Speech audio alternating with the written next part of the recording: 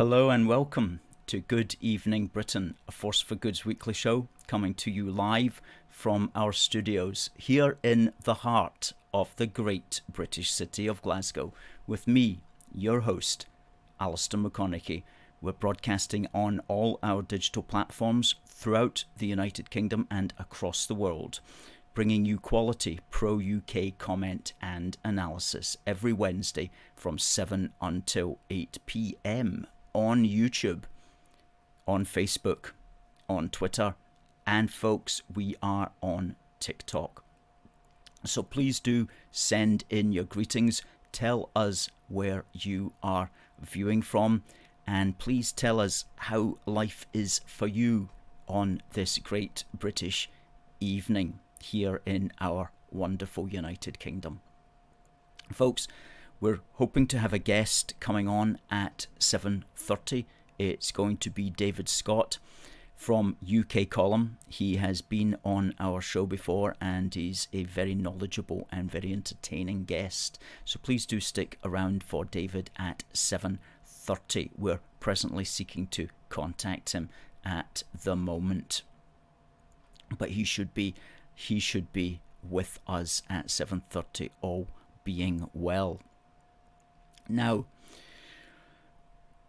in addition to that, we are going to be speaking about our activism, which we had last Saturday. We're going to be talking about activism coming up this weekend, and we're also going to be having a busting Indy myths, which will be, can Scotland be independent in the European Union? And that's a very prescient question because Humza, Yousaf and the Scottish National Party and the Greens and the National newspaper are organising a march for so-called independence in the EU this Saturday.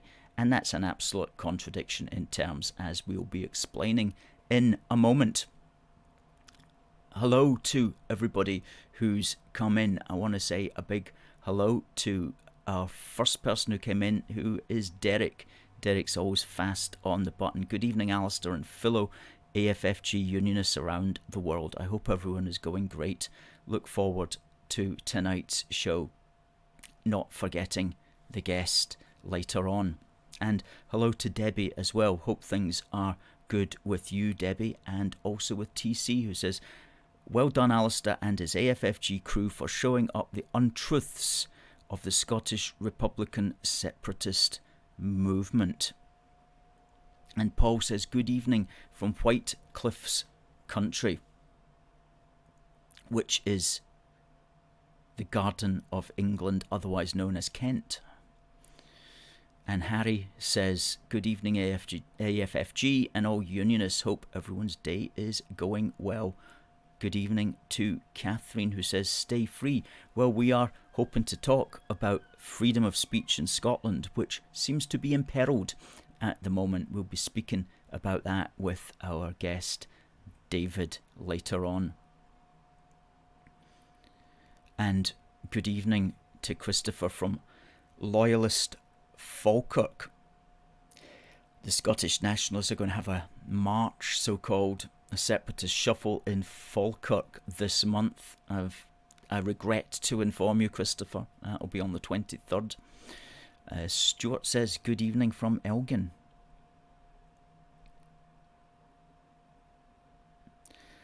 And Adam brings us some sad news. Our condolences, let us express them to the family and friends of the Nottinghamshire police officer who died after being hit by a train near Newark. That's sad news, Adam.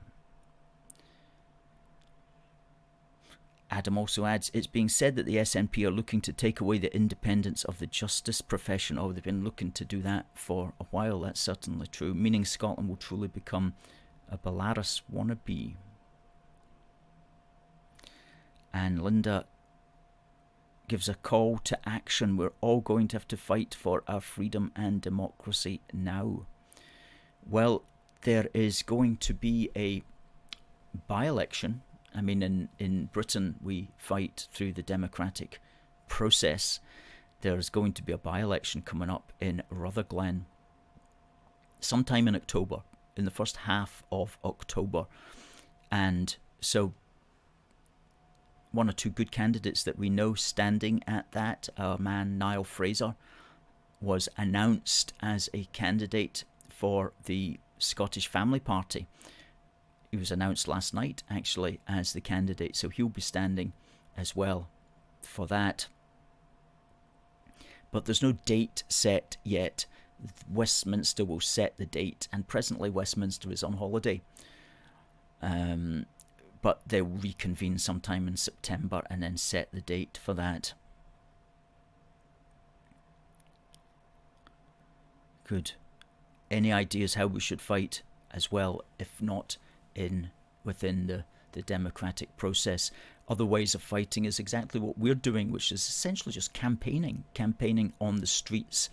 And we were out on the streets on Saturday here in Glasgow, in Argyle Street, and we'll put up one or two photographs of that right now.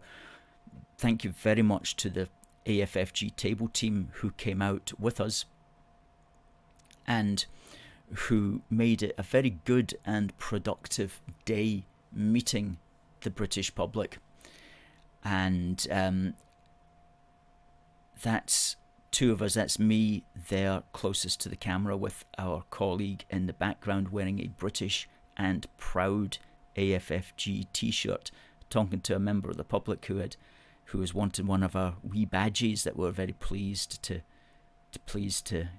give her. That's a really good photograph, actually. I like that photograph. Okay. And there's an artistic photograph taken from behind one of the flower pots which the council have decorated Argyle Street with, which are very attractive, I have to say. A member of the public there talking to our man behind the desk. Okay. And indeed signing our petition, as many people do, which is a petition against another referendum. Okay. Another chap there signing our petition. Wonderful stuff. And Argyle Street was quite busy, I have to say. It was actually a very nice day. Notice all the stuff that we've got there. We don't sell anything, but we do give away a lot of stuff for a small donation. And that includes our magazines, our wee books, Scotland Now, which we've got a big load of, and other flags and cards. Okay.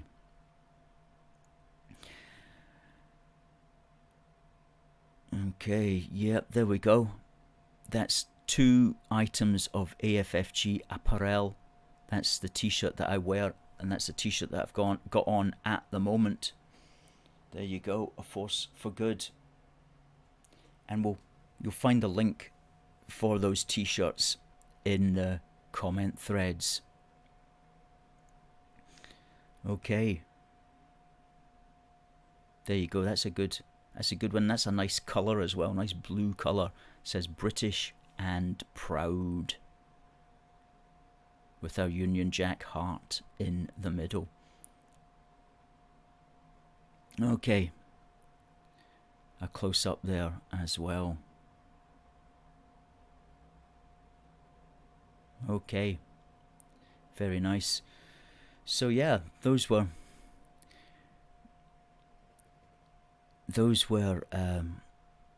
what we did at the weekend. And while we were busy meeting the great British public, the Scottish nationalists under the All Under One banner, AUOB moniker, were in Skye having a separatist shuffle in Skye, in the Isle of Skye. Okay, and we videoed them and we counted 196 of them, which, to be frank, is quite a lot of people to get in Skye. I didn't know there were that many people in Skye, to be frank with you.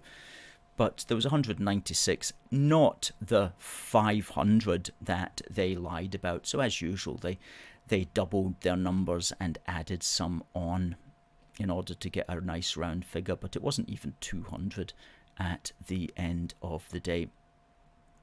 Having said that, fair play if you're going to have a march in Skye of all places. You know, that's a lot of organisation for very little reward, quite frankly. But if they want to waste their time doing that, fine. Who are we to stop them? Now, talking about marches, a very interesting development as far as the marching wings of the Fruitcake Nationalists are concerned. The Scottish National Party officially has always been a little bit reluctant to join with the all under one banner people because, you know, some of them are a little bit sketchy. And so you've had one or two outlying MSPs or MPs who go along and address them. But the main body of the SNP, the cabinet members, they don't really want to get too involved. So the SNP has always wanted its own marching wing rather than the all under one banner people. So what they've done is they've joined up with one of the campaigning groups that work closely with them, and they've also joined up with the national newspaper, and they've formed a new marching group basically that's now going to be called Believe in Scotland. So now you've got basically a split among the Scottish nationalist marchers. You've got the all under one banner people, and you've got the officially approved Believe in Scotland people. And the Believe in Scotland people are going to be having a march this Saturday in Edinburgh. And it starts at the top of the Royal Mile, and very originally and with great foresight, it walks to the bottom of the Royal Mile. And so it's not too complicated for those who are bad with maps. If you can find your way to the top of the Royal Mile, then all you need to do is walk in a straight line for a mile until you get to the bottom of the Royal Mile. And so that's this Saturday at 1:30, and we will be filming them as always because it's going to be important to get a number for this one, because this is going to be like the officially approved SNP marching group. And so are they going to lie about the numbers to the extent that the Scottish nationalist people, the all under one banner people, lie about their numbers? Now already the national newspaper is saying that there's going to be 15,000 of them. I would be astonished if there was 10% of that. A tenth of that. Okay, I would expect possibly around 1,500 at the most. But we'll see. But we're going to get a count on it, because this is the number that Humza Yousaf will actually be quoting.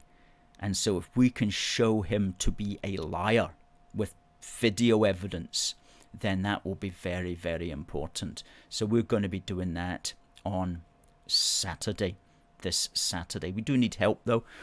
We need help to get there. We need help with various costs and so on. So if you want to drop a donation to us in order to ensure that we can do that, please do so and go ahead. But it's important to get this one really nailed down, because this is the one that Humza Yousaf is going to be quoting. This is the number that he's going to be quoting, and we can't allow him to lie in the way that the all under one banner people have been getting away with their lies. Anyway, we're always on the ball with these things, so stay tuned, folks. Stay tuned. Good. Hello to Alan, says, good evening, hope you're having a good night. He's working at the moment, he's going to catch up later. Christopher says, it's not Believe in Scotland, it's Make Believe in Scotland. Exactly, and their national anthem is The Land of Make Believe by Bucks Fizz. In fact, that should be playing as they stumble and shuffle and waddle down the Royal Mile. Of course, they will lie, says Jill, and that's the unfortunate thing that we're going to be facing as well. Now, we've got our guest coming up at the bottom of the hour, and before that, we're going to have a competition, and we've got a great prize today. Check these out. Union Jack playing cards. Union Jack playing cards, okay? So if you want to enter our competition, that'll be just before 7:30. And all you need to do is to send the answer by email to contact@aforceforgood.uk. Okay. And if you've not done it before, you're in with a good chance of winning. And that's just before our guest, who is the David Scott of UK Column. But before that, I want to do a busting indie myths. And what number of busting indie myths is this? Let me just check, because we've been doing so many that it's almost impossible to keep up to date with the numbers that we have. So just bear with me. I thought I had this nailed down. It's 27, isn't it? It's going to be 27. Yes. Ding, ding, ding, ding, ding. Busting indie myths. Part 27. Exactly. Busting indie myths part 27. Great. We're going to be looking at the oft heard myth. Can Scotland be independent in the EU? Okay. Busting indie myths part 27. Scotland can't be independent in the EU because it is a contradiction in terms. And this is a particularly important point to make, because the march at the weekend, organised by Humza, Yousaf and the National newspaper, is for independence for Scotland in the EU. Okay, that's how they are actually describing it. Independence for Scotland in the EU. That's the name of their march. And this person here writing in the National yesterday she goes, "This event, organised in partnership with Believe in Scotland, aims to unite the Yes movement for Scotland's independence and its re-entry into the European Union." Well, how can you have an independent Scotland in the European Union? An independent Scotland's sovereignty is going to be highly constrained within the European Union. It's going to be constrained economically and democratically and politically as far as policies are concerned. For example, economically, it is going to be required to join the euro. Okay, so it will mean that Scotland won't have its own independent currency. I mean, forget even about keeping the pound. If you did set up a Scottish national bank to promote a particular Scottish currency, okay, that would be understandable from a particular point of view. But they don't even want to do that. They actually want to give up their opportunity to do that and to join the euro. And in fact, you have to give up your independent currency if you want to get into the EU. So giving up your currency is an automatic requirement to join the European Union. So how on earth is that independence? Secondly, in order to join the euro, you have to do what's called, you have to keep your fiscal deficit, as it's called, at a low percentage, at 3%. Now, what's the fiscal deficit? The fiscal deficit is the difference between a government's spending and its revenue, the amount of money that it gets in. And that difference is expressed as a percentage of the overall gross domestic product of the country, because that provides a way of measuring the deficit in relation to the otherwise size of the economy. And in 22-23 tax year, Scotland's fiscal deficit was 9% of gross domestic product, which was pretty high, and that compared to the UK's overall deficit of 5.2, so it was almost double what the overall UK fiscal deficit is. And to join the euro, you need to get that down to 3% of GDP, and the only way you do that is by putting taxes through the roof and putting government expenditure through the floor. Okay, so you would have austerity max. Everybody would be getting taxed to the limit at the same time as government spending was going through the floor. That's the only way you could get that deficit right down. That's the only way you could get it down to 3%. So that would be extremely harmful as well if you wanted to join the EU. You won't be hearing those sorts of things from the speakers, though, at the march this weekend. They'll be pretending it's nothing to do with that. They'll be overlooking all of that, all of these terrible economic consequences. Furthermore, democratically, if we joined, Scotland would only have around about 14 seats in the European Parliament out of over 700 members of the European Parliament, which would be about 2% of the seats. So how is that any kind of democratic say, really, in what way the European Union is going to move? And that's before you even start asking whether or not it's right that all your laws should have to be made abroad.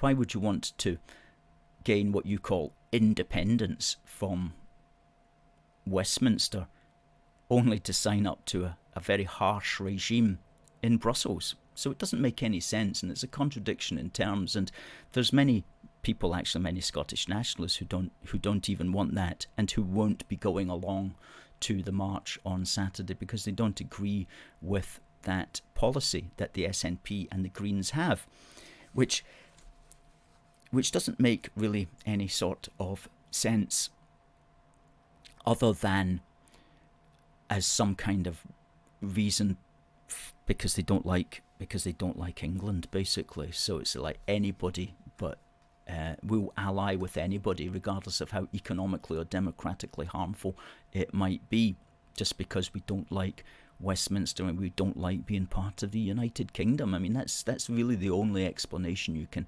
really come to at the end of the day on those kind of matters. So independence in the European Union is a contradiction in terms, and it would be an economic disaster for Scotland, it would be a democratic disaster for Scotland, and it would be a policy disaster as well, because we would be facing the diktats of whatever the European Union thought was best for us. The fact is, we can't be independent Scotland as a member of the EU. We don't believe it was ever a good idea for the United Kingdom to have been a member of the EU. Scotland doesn't want to go back into all of that again. In fact, we'll get far more benefits in the long term by staying part of the United Kingdom and working for good leadership here in Scotland as part of the United Kingdom in the world, taking advantage of trading with the entire world and not simply the countries in the European Union bloc. Okay, so here ends Busting Indie Myths. We have got our guest coming up at the bottom of the hour in 5 minutes. Prior to that, we are going to have our competition, which is for our Union Jack playing cards. And we're also going to throw in a bag of Royal Air Force Typhoon Display Team coffee, which is very relevant today, because today, 30th of April in 1952, was the first ever flight of the Vulcan bomber, and we're going to have a fly past which is due any moment over our in fact, through our office of a Vulcan bomber. And here it comes now. Here it comes. Check this out. Fly past of the Vulcan bomber.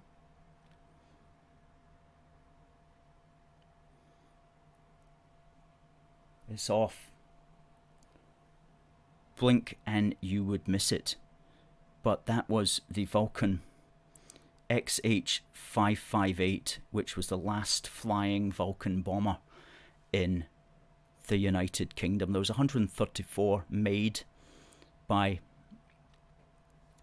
Avro engineers in Manchester, and it was a nuclear bomber as well, so you wouldn't want to get on the wrong side of it, or it would drop nuclear bombs on you, as well as conventional bombs for good measure. And a very powerful symbol, actually, and you used to see them flying around. I remember in the 80s, I would see them quite regularly flying over the south of Scotland, where I lived at the time. Very impressive, and they flew fairly low as well. Anyway, like all of these things, they are unfortunately no more. That particular Vulcan had its last flight in 2015, but it had its first flight. And let's put up a picture of the Vulcans. Where are the pictures of the Vulcans? Let's get them up. There you go. That's the first one. That was the one that flew on this day in 1952, and they had slight modifications, and this was the last one here. That's no longer with us, although they have one that still can taxi down a runway, but that's about the size of it. Fantastic aircraft. Good. Okay, well, I'll ask you a question about that 2 or 3 minutes into the interview with David Scott. And folks, please welcome David from UK Column. Good evening, David. Hello, it's lovely to be with you. Good. Thank you very much for dropping in tonight, and thanks for all the work that you do at UK Column. I was watching UK Column today, and you guys have got a great organisation, a very smooth media organisation, basically, that you've got fantastic platforms, and you do a tremendous job. Now, I thought it'd be good to have you on this show because I know you were at the Edinburgh Fringe, which is finished now. It ran through all of August, and there's always one or two wee controversies erupt at the Edinburgh Fringe, but one of them this year was involving some comedy talent that had grouped together, led by an Irish screenwriter and comedian called Graham Linehan, and they had booked the venue to have their show, but it was cancelled, and it was cancelled because Graham Linehan is quite outspoken against much of the kind of gender trans thing that's going on at the moment, particularly opposing the medical interventions on children and the issues regarding women's rights and so on. And whatever one may think of that, what was particularly interesting was the fact that he couldn't actually get even a venue. Do you want to take up the story from the beginning on that and tell us your thoughts on that matter? Yes. So I got a ticket because I was quite keen to see some of these performers. One of them was Dominic Frisby, who we've featured some of his work on the UK Column before, because some of the songs he does humorous songs, and some of those are quite on point. So I thought, well, this is a chance to actually meet him. You know, we've talked about him on the column. It's a chance to meet him, say hello. So I got myself a ticket. And then I got an email to say, "Oh, very sorry that the venue has cancelled it." And there was a very intemperate announcement from the venue, which was the Archers in Leith. Very grumpy, very condescending. You know, and it used the word cancelled. It was quite clear that it was cancelled culture. They used the word, and so they said, "Well, look, we'll get another venue if we possibly can, and we'll email you at 3:30. We'll not announce where the venue is. We'll just email the ticket holders at 3:30 and tell them where the secret venue is." Now, this is something that is actually coming in more and more. If you want to see something that's controversial, so if it's regarding gender, if it's regarding race, these sort of areas, the areas that have been made a cultural war by the Marxist left pushing. So if you want to see anything that's critical of the left-wing establishment's views, you're very likely to be cancelled. And this idea of having a secret venue, sometimes actually telling people where they're going to meet, and then meeting outside and then marching them to the venue so that people can't find out where the venue is at all until the show actually starts. These are the sort of nonsensical things that have to be done in order to actually have free speech in this country. So they got a second venue, and the second venue also cancelled when the pressure came on. Don't actually know where the second venue was, but they cancelled too. So they decided they would hold the comedy performance in the open air outside Holyrood. Holyrood's a good place for comedy. It's quite appropriate. So we had the joy of seeing Dominic Frisby singing his song "Maybe," which has a verse about Nicola Sturgeon, right outside Holyrood. So that was quite glorious. And Graham Linehan, you know, did his stand-up routine. Now, he's not a stand-up comedian. I think this was the sixth time he'd ever done stand-up. Now, I talk a lot publicly. The idea of doing stand-up, dear, I mean, that has to be one of the hardest things to do.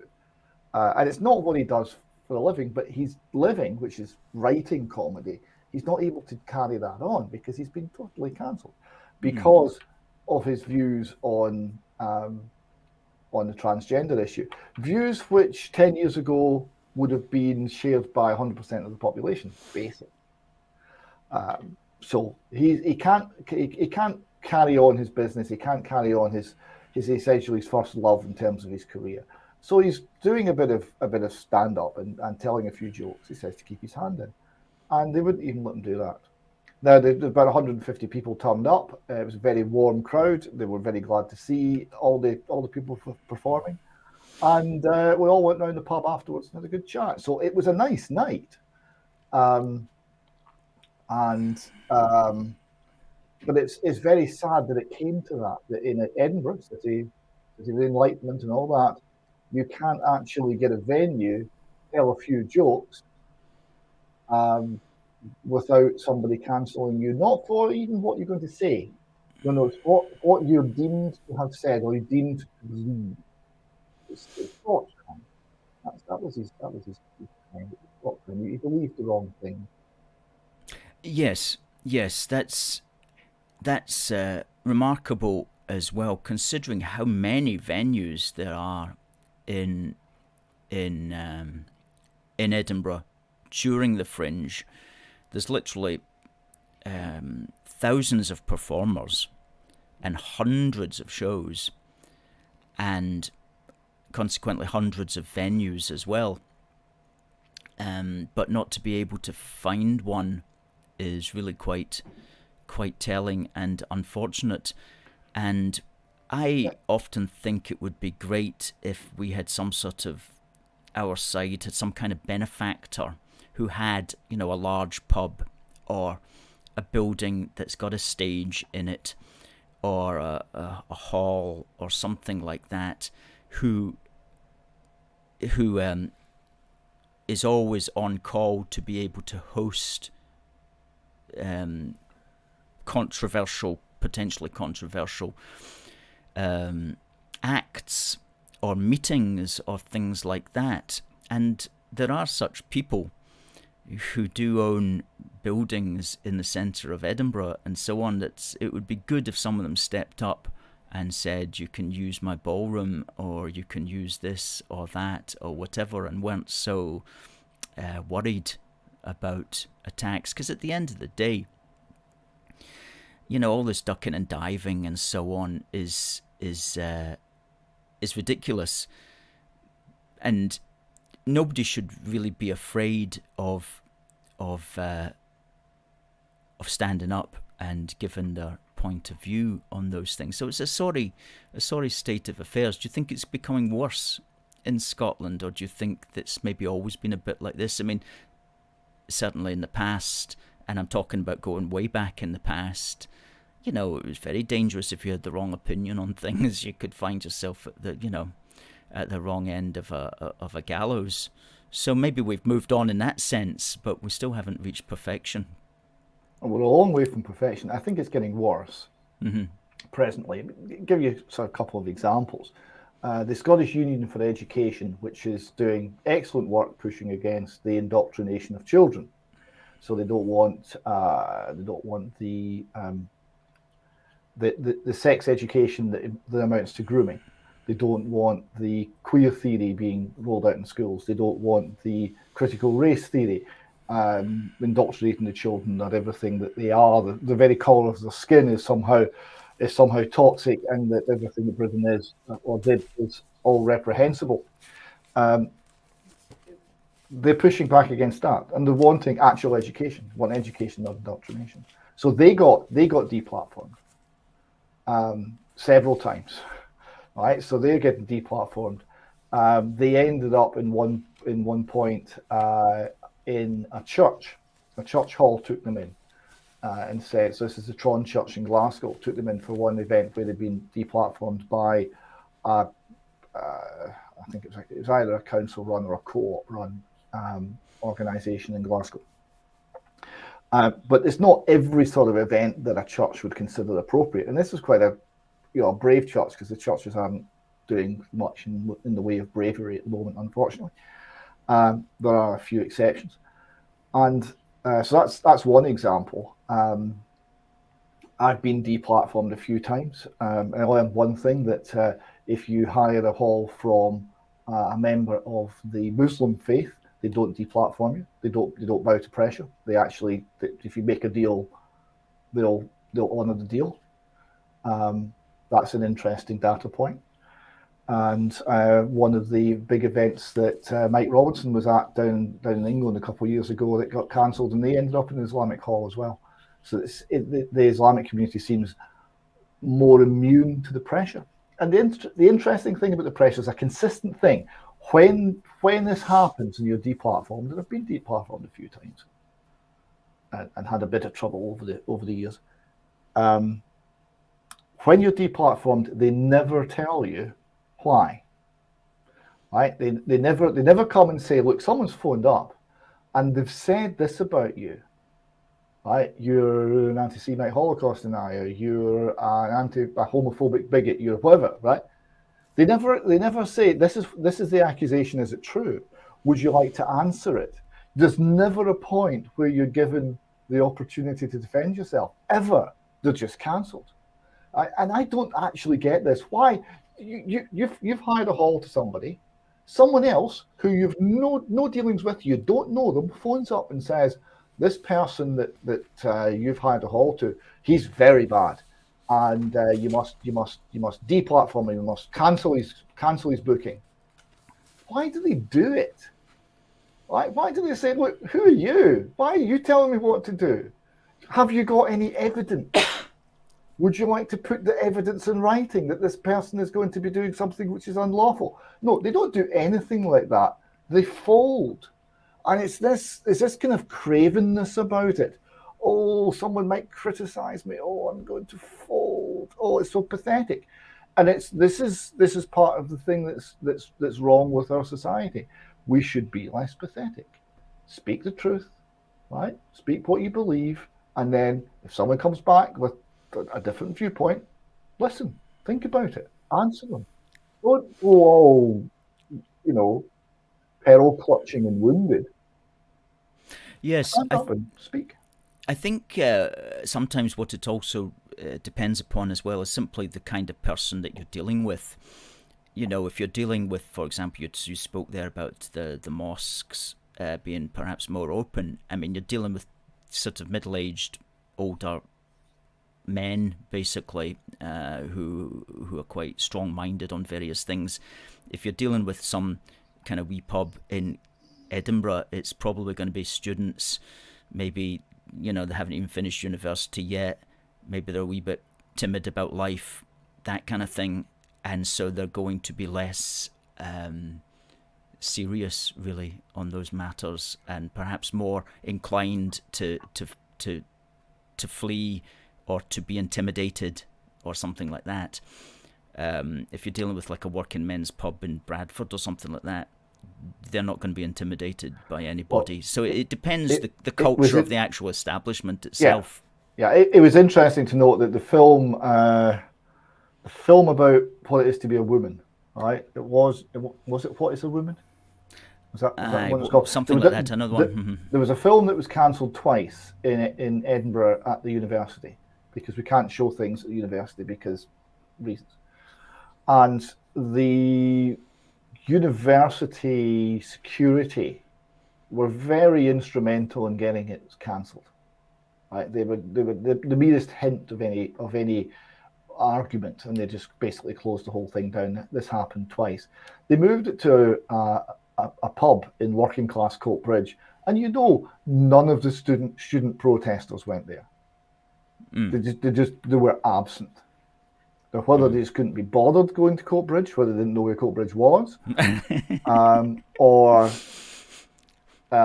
whether the idea of trying to go to a working class pub and cause trouble didn't seem quite as attractive as their university, which is very woke and is already kind of basically on their side. I don't know. But yeah, I think you've got a point. Yes, I think a lot of that has to do with the actual the culture and the place that it's happening as well, and that's big cities as well are different from rural areas. In big cities, you get those fashionable types. In rural areas, traditionally, it's been less fashionable politically and in other ways. So that's also has to be factored in. Now, before we go on, I just want to ask the viewers our question, which is for these Union Jack playing cards. And send your answers, folks, to contact@aforceforgood.uk. And if you've never done it before, all you need to do is send your answer to there, and you're in with a good chance of winning. The question is, on this day, 1952, a plane flew for the first time. What was its name? A very famous RAF plane. Give us the name, and these Union Jack playing cards could be in the post to you tomorrow. contact@aforceforgood.uk. Good. Yeah. Well, on the subject of speech being cancelled, in fact, speech being dangerous, Police Scotland have gone into swift action today, and you might be thinking, is it to address some of the blatant corruption inside the Scottish government? No. How about corruption inside local authorities? No, it's not that. How about corruption inside Police Scotland? No, it's not that either. No, it's the man in the street who called Patrick Harvie a deviant. He's been arrested. Oh my! All right, now he's been arrested on, I still don't know what charge yet. So the police have said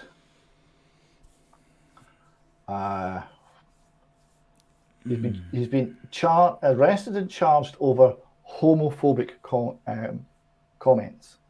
So the police have concluded that calling Patrick Harvie a deviant relates to his homosexuality. That's a decision that the police have made. Now, yes. Mm-hmm. The point I was making on the column on Monday was Patrick Harvie himself identifies as queer. He uses the word queer to represent what he terms as us, our people. Right? So the group he's coming from use the term queer to identify themselves. Queer is a synonym of deviant. So presumably, if the man had said, "You're queer, Mr. Harvie," Mr. Harvie would have said, "Yes, I am, and I'm very proud to identify with that label, I guess." Yes. All right. So what he did is he chose the wrong synonym. Mm-hmm. And he's been arrested by Police Scotland. So Police Scotland are now policing synonyms. You choose the wrong one, you end up with a criminal record. Presumably, they haven't got their hate crime nonsense, I think, in place yet, but presumably they'll do something. It'll be before a single judge, and the judge will decide the context, and the judge will decide what the man meant, and there won't be any justice, and there certainly won't be a jury, and he'll get some sort of conviction, which could have very significant effects on his life. Well, his absolutely, his employability. Absolutely, any conviction, especially for these modern fashionable hate crimes, can always be spun very badly, unfortunately, against you for something that very, very, very recently wouldn't have even really raised an eyebrow.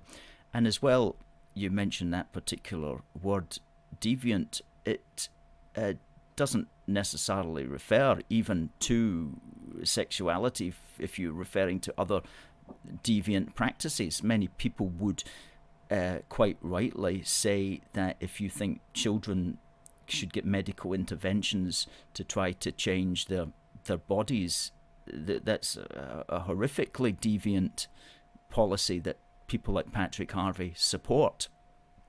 Deviant meaning just simply wrong in that regard. And also the whole introduction of queer theory into schools. Right? If you dig into the origins of queer theory, the original paper on queer theory was written by an American academic called Gail Rubin, and that was openly promoting paedophilia. About half of it was to do with paedophilia. So that was ground zero of queer theory. The main proponents, the main gurus of queer theory, people like Michel Foucault, were extremely dangerous and predatory with small boys, and went to North Africa, amongst other places, to have sex with boys. So this is where queer theory came from, and if you look at what it's trying to do, it's trying to essentially dissolve the family system, dissolve the binary between men and women, and make everything fluid. So it's an assault on society. That is by definition deviant, right? Because it's not the norm. In fact, it's trying to destroy the norm. So there are many reasons, other than his personal sexuality, for suggesting to Mr. Harvie that his policies, his beliefs, could legitimately be called deviant. But Mr. Harvie didn't try and defend that position. He didn't say to the man, "Why are you calling me that?" He just called him a bigot, because that apparently wins the argument, and then reported it to the police so that they could go and intimidate an ordinary member of the public for being rude to a politician. Because that's the sort of politics we have these days. Yes. Politics where don't annoy the wrong people, because woe betide you if you do. And this is, of course, the system where people are afraid of the politicians, which is the system of fascism. Mm-hmm. Yeah, and we also in Scotland we have to remember that just prior to the 2014 referendum, Alex Salmond centralised the police and essentially made it so that, although it's maybe not formally recognised, it's nevertheless kind of understood that the First Minister is essentially in charge of the police. It's a hierarchical structure with basically the Scottish Cabinet at the top of it. Whereas in past times it was very much diffused throughout the various regions, or however it was organised in the past. But by the centralisation of it, which Salmond did deliberately, because he thought, well, what happens if we win this I want to be making sure I've got the whip hand over the police, just because there could be all sorts of unexpected consequences as far as civil peace is concerned. So he centralised it all prior to the 2014 referendum as deliberate strategy to ensure that he and his mates were essentially in charge of the police. So Patrick Harvie is a cabinet member. He's part of the so-called Scottish government. And so the police themselves have to be aware of that and have to realise that basically Patrick Harvie is one of their bosses at the end of the day. How ridiculous does that sound? But that's actually true. I mean, he's part of the Scottish government that runs Police Scotland.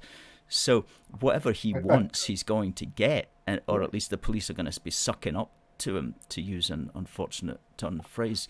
Just to illustrate the point here, right? So if you talk to Scottish government, particularly Scottish government officials, they are terrified of the charge that they're influencing the police, right? And they will use the independence of the police as an excuse for inaction, where they really should be acting to actually try and highlight or address some injustice.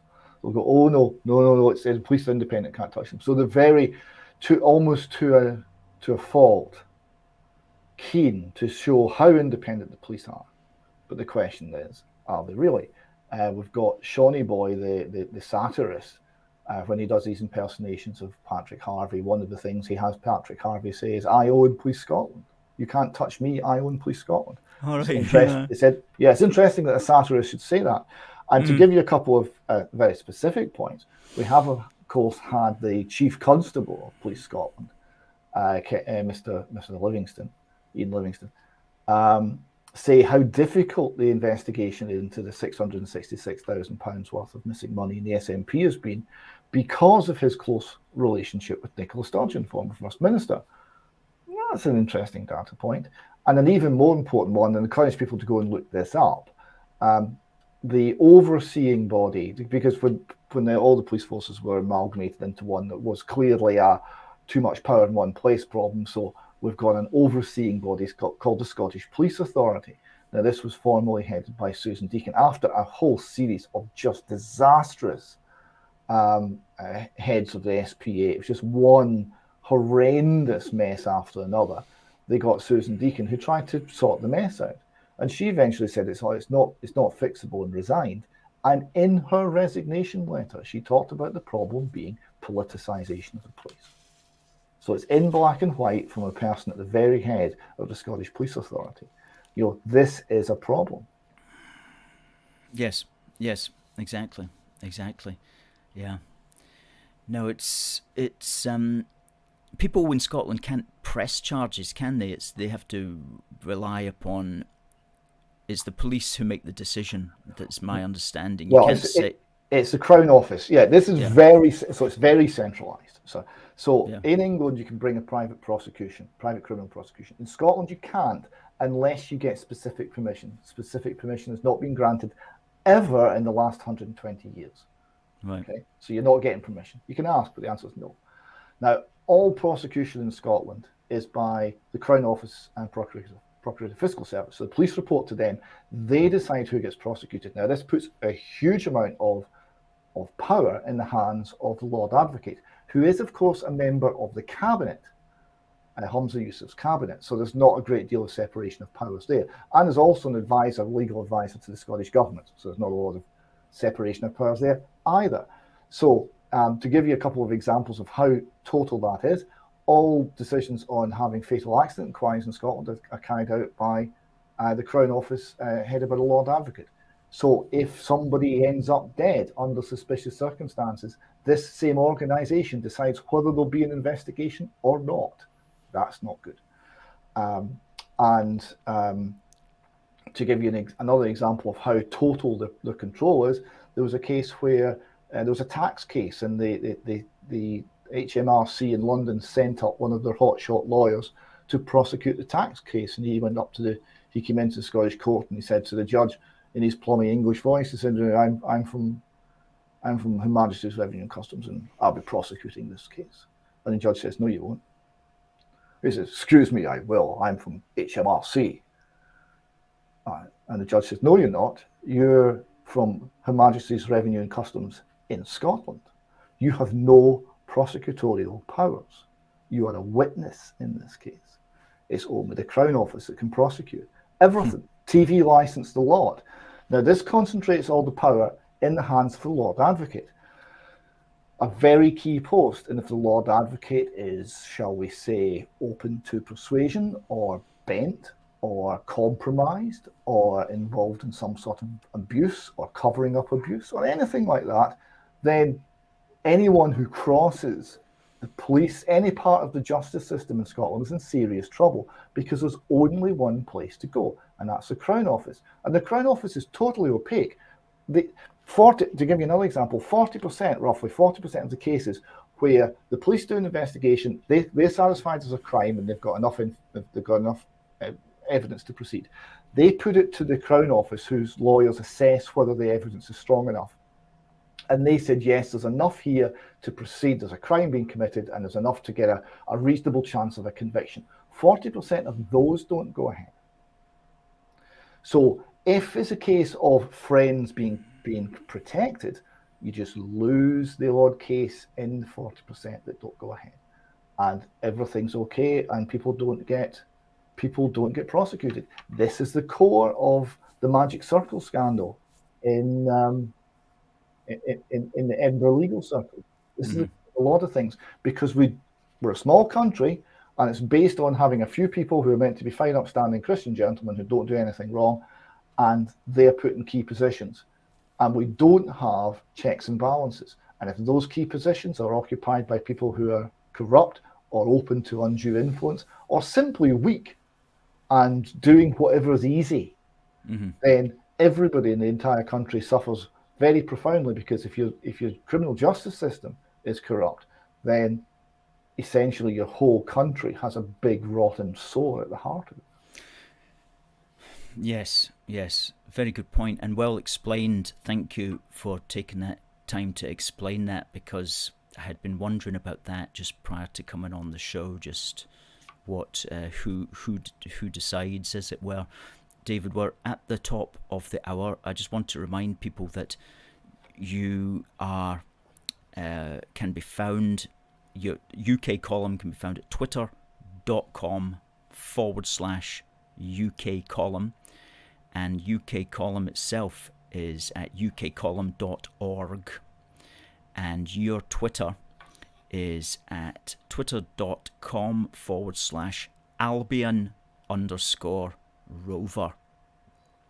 Thank you very much, David, for all your thoughts tonight and for coming in and enlightening us with your point of view. We will have you back on again shortly, no doubt, because you're one of our favourite guests. So unless you've any parting words. Well, just a thank you for having me on. It's always a real pleasure to come on and talk with you. I was hoping we might get on to some of the things that you've experienced by way of pressure and people attempting to silence you. Maybe we can talk about that next time, or maybe I'll have you on UK column and we can talk about it there. But for tonight, perhaps. Thank you very much. It's been lovely talking to you. Thank you, David, and have a lovely evening. Speak again.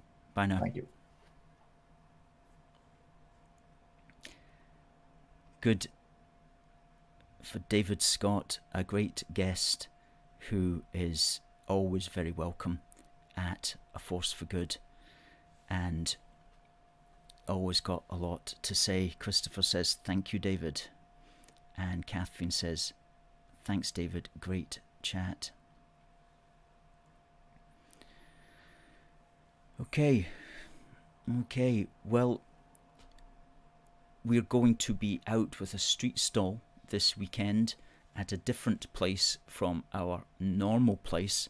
If you would like to join us at our street stall, we're always looking for level-headed members of our table team. We have a great table team.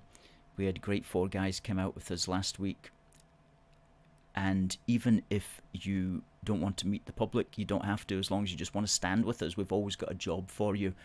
Even if you just want to sit on a park bench close by, as long as you're with us, it gives us a sense of solidarity and support. So please, if you'd like to come out with us at any time, you know how to get us. Contact at aforceforgood.uk. Now,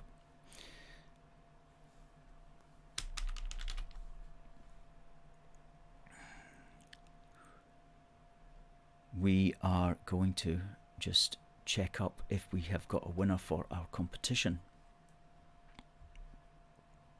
And sometimes we don't always have a winner. We'll come back to that in a moment. Folks, we're on Substack, which is ukaforceforgood.substack.com, and we are putting out an original article per week on Substack, and that's behind a paywall, but that paywall is open to all our monthly donors. So if you are already a union supporter, then you can get free access behind our Substack paywall by simply contacting us. And what we suggest is, if you want free access to our Substack articles, then become a union supporter. That's going to work out the best for you, because for £5 a month, £1.15 a week, you can become a union supporter, and we will give you free access behind our Substack paywall, which is worth £3.50 a month to you, or £35 a year. So good deal all round. Is just another reward that we give to our monthly donors, another way of encouraging people to become monthly donors. And if you do become a monthly donor, you also get access to our badges, free books, free flags, things like that. It's a good deal, and our monthly donors are what keep us going and what enable us to keep doing these videos and our activism at the weekends and our physical productions. We were not here last week because we were writing up our next issue of Union Heart, which I'm pleased to say is well on the way to completion. We've done 3/4 of it, and we'll be finishing off the final quarter in the coming week, going to print probably around the 10th of September, 10th or 11th of September, to be in the office by the end of that week. So everything is going well also with that. So we're doing hard copy literature publication, we're doing video publication, we're doing audio podcast publication, and we are publishing every day on Facebook, Instagram, Twitter, YouTube, TikTok, and weekly on Substack. So we're really spreading ourselves around. We're really doing extremely well for an organisation which runs on a very, very small amount of money, folks. Imagine what we could do if we got significant investment. Maybe someday we will, but even if we don't, we're going to continue to be here, standing up for the United Kingdom and keeping the British end up. Now, I've just been informed nobody actually won our competition this week, so we'll roll over the prize until next week. And the answer, of course, was Vulcan. The Vulcan bomber flew today, 30th of August, for the first time back in 1952. Folks, it's been great to have you with us. We'll be back next week. We will have a guest also next week. And so it just remains for me to say, as always, God bless the United Kingdom and God save the King. See you next time.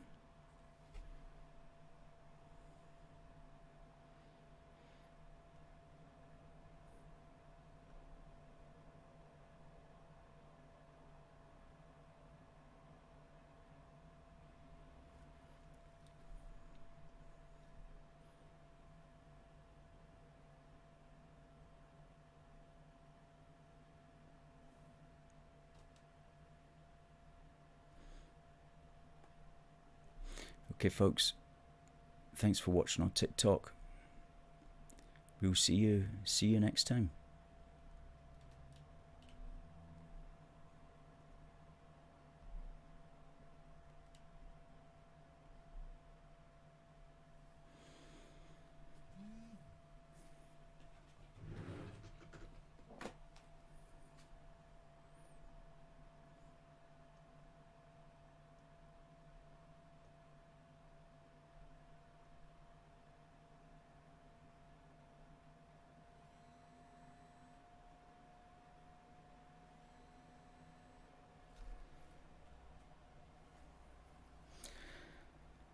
Megan, hi.